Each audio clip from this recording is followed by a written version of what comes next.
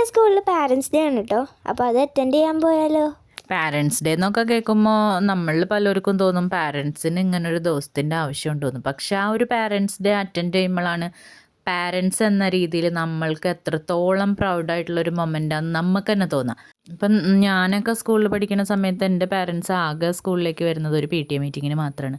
അന്ന് ഈ പ്രോഗ്രസ് റിപ്പോർട്ടൊക്കെ നമ്മുടെ കയ്യിലല്ലേ തന്നു വിടുക, എന്നിട്ട് വീട്ടിൽ വെച്ച് സൈൻ ചെയ്ത് കൊടുത്തു വിടും.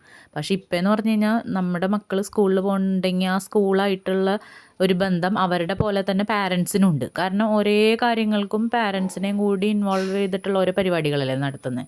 അങ്ങനെ കൃത്യം 6 മണിക്ക് തന്നെ ചീഫ് ഗസ്റ്റ് വന്നു, ദീപം തെളിയിച്ച് പരിപാടിയൊക്കെ ഉദ്ഘാടനം ചെയ്തു കേട്ടോ.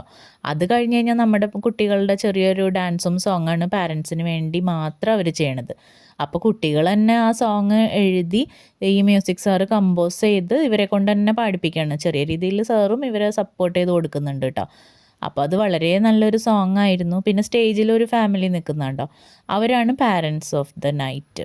അപ്പോൾ അത് കുട്ടികളിൽ നിന്ന് തന്നെ ഷഫിൾ ചെയ്തെടുത്തിട്ട് അങ്ങനെയാണ് ചെയ്യുക.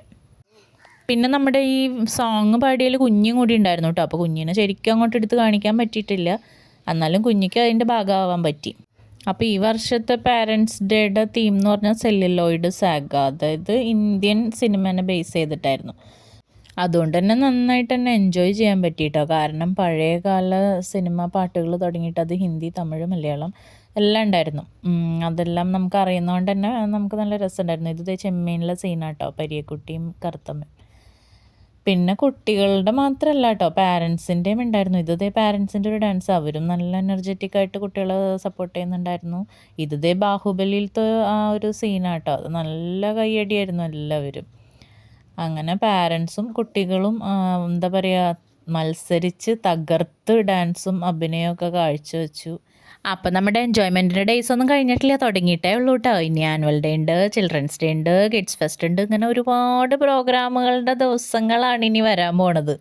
പിന്നെ വീഡിയോസ് ഇഷ്ടമാവുകയാണെങ്കിൽ സബ്സ്ക്രൈബ് ചെയ്ത് സപ്പോർട്ട് ചെയ്യാനും മറന്നു പോവല്ലേ.